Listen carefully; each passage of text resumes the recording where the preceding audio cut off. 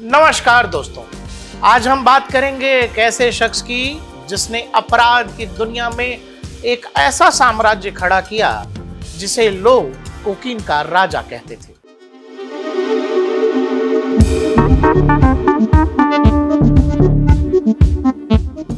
उसका नाम था पाब्लो एमिलियो एस्कोबार गाविरिया। हम बात कर रहे हैं पाब्लो एस्कोबार की। उसकी जिंदगी की कहानी जो सपनों से शुरू हुई लेकिन हिंसा, साजिशों और तबाही पर खत्म हुई। उसने कोलंबिया को हिला कर रख दिया और उसकी कहानी आज भी लोगों को हैरान करती है। तो चलिए शुरू करते हैं। 1949 में कोलंबिया के रियो नेग्रो में एक साधारण परिवार में पाब्लो का जन्म होता है।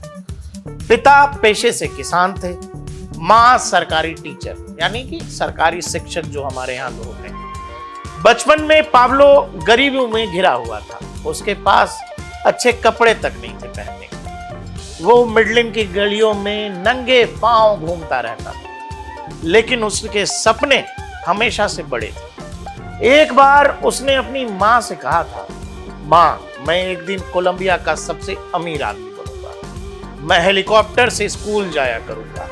ये बात सुनकर उसकी माँ हंसी थी, लेकिन पाब्लो के लिए ये कोई मजाक नहीं था। छोटी उम्र में ही पाब्लो ने अपराध की दुनिया में कदम रख दिया।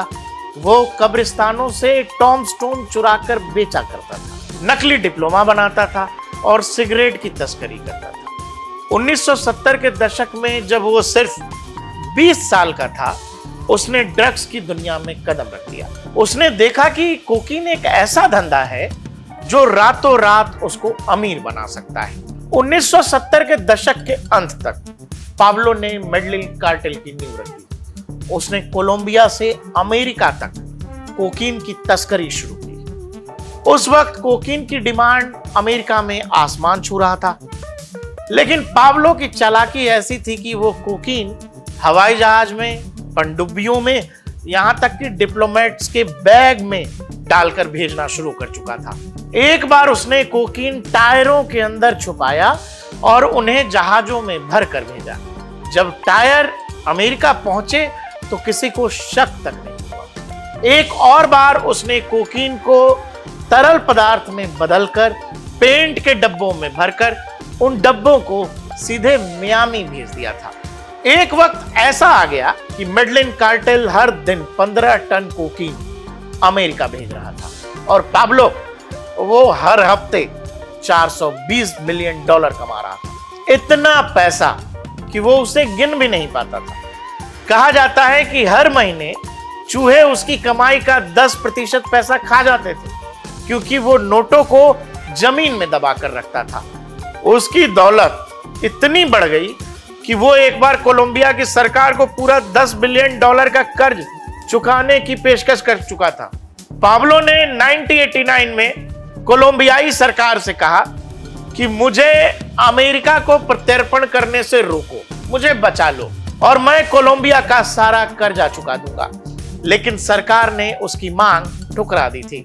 पाब्लो ने अपनी कमाई से हैकिंदा नेपोलस नाम का एक भव्य स्टेट बनवाया था और आपको हैरानी होगी, इसमें एक निजी चिड़ियाघर था जिसमें एक से एक जानवर, हिप्पोज, जिराफ और शेर जैसे जानवर थे। उसने इन जानवरों के लिए $5 मिलियन खर्च किए थे। वहां एक हवाई पट्टी भी बनवाई थी ताकि उसका अपना ड्रग्स जो है सीधे उसके इलाके हवाई जहाज वहीं उतर सके। हैकिंडा नेपोलस में एक कृत्रिम झील भी था जिसमें वो अपने बच्चों के साथ नाव चलाया करता था। लेकिन पाब्लो सिर्फ एक अपराधी बनकर नहीं रहना चाहता। उसने मेडलिन के गरीब इलाकों में फुटबॉल के मैदान बनवाए, स्कूल बनवाए, गरीबों के लिए घर बनवाए, अस्पताल बनवाए, गरीबों का खाना और उनके बीच पैसे भी बांटे। इस वजह से लोग उसे रॉबिन हुड कहने लगे, लेकिन सच ये नहीं था। वो अपनी छवि चमकाने के लिए ऐसे काम किया करता था ताकि लोग उसके अपराधों को नजरअंदाज करें और उसकी अच्छी छवि पर ज्यादा ध्यान दें। पाब्लो की शक्ति बढ़ने के साथ साथ उसकी क्रूरता भी बढ़ती गई। 1984 में उसने कोलंबिया के जस्टिस मिनिस्टर रॉड्रिगो लारा बोनिला की हत्या करवा दी। क्योंकि वो उसके कार्टेल को खत्म करना चाहता था और ये बात पाब्लो को पता चल गई तो उसने उन्हें मरवा दिया। इसके बाद उसने कई जजों, बहुत सारे पुलिस वालों और नेताओं को भी मरवा दिया। उसका एक मशहूर नारा था जिसमें वो कहता था प्लातो प्लोमो, यानी चांदी लो या गोली खाओ। इसका एक दूसरा भी मतलब था, या तो रिश्वत लो या मर जाओ। 1989 में पाब्लो ने एक और खतरनाक कदम उठाया। उसने वहां पर प्रेसिडेंशियल उम्मीदवार लुइस कार्लोस गैलेन की हत्या करवा दी, क्योंकि गैलेन ड्रग्स तस्करों के खिलाफ थे, पाब्लो के खिलाफ सख्त थे और नीतियां बनाना चाहते थे। उसी साल पाब्लो ने एविंका फ्लाइट 203 को बम से उड़ा दिया, जिसमें 110 लोग मारे गए। उसकी वजह थी कि वो एक और प्रेसिडेंशियल उम्मीदवार को मारना चाहता था जो उस फ्लाइट में होने वाला था, लेकिन वो उम्मीदवार उस फ्लाइट में गया ही नहीं और बेकसूर लोगों की जान चली गई। इस हमले ने कोलंबिया और अमेरिका को पाब्लो के खिलाफ कर दिया। पाब्लो की क्रूरता का एक और सबूत 1985 में देखने को मिला, जब उसने कोलंबिया के सुप्रीम कोर्ट पर हमला बोल दिया था। सुप्रीम कोर्ट पर ताबड़तोड़ हमला। उसने M19 नाम के एक गुरिल्ला ग्रुप को हायर किया।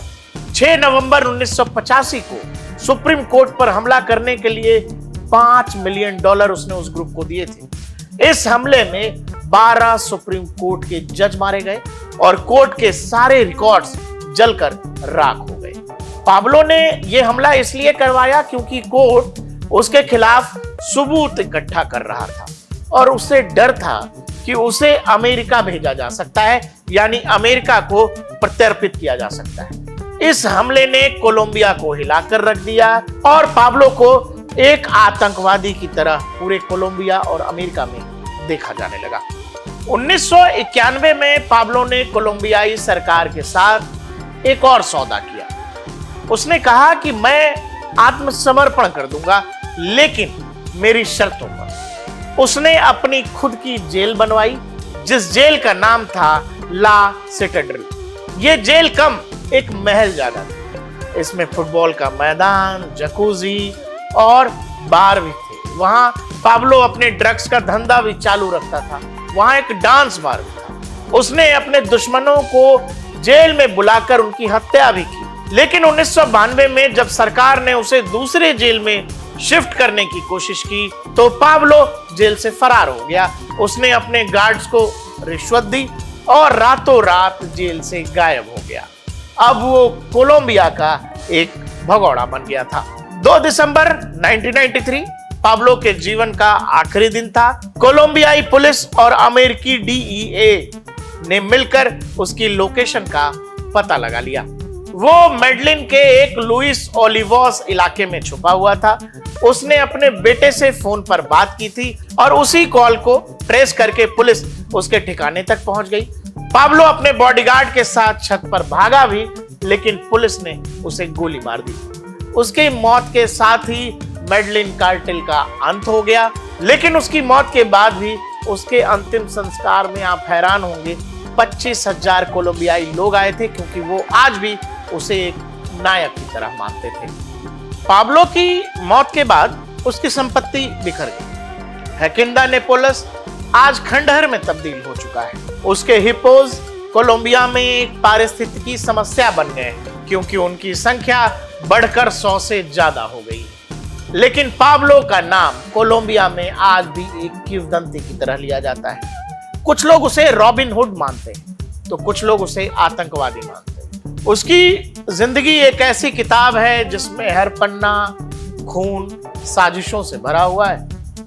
पाब्लो एस्कोबार की जिंदगी एक ऐसी कहानी है जो हमें सिखाती है कि हम सपने कितने भी बड़े क्यों न देखें, अगर रास्ता गलत है तो अंत हमेशा तबाही है। उसके अपने सपनों को सच करने के लिए हर हद को पार कर दिया था, लेकिन आखिर में उसे अपनी जिंदगी की कीमत चुकानी पड़ी। अगर आपको ये कहानी पसंद आई तो हमारे चैनल को लाइक करें, सब्सक्राइब करें और साथ ही कमेंट में बताएं कि आपको पाब्लो एस्कोबार की जिंदगी की कहानी का कौन सा हिस्सा सबसे ज्यादा हैरान या रोमांचित करता है। साथ ही हमें कमेंट में ये भी बताएं कि अब पाब्लो के बाद आप मुझसे कौन सी नई कहानी सुनेंगे।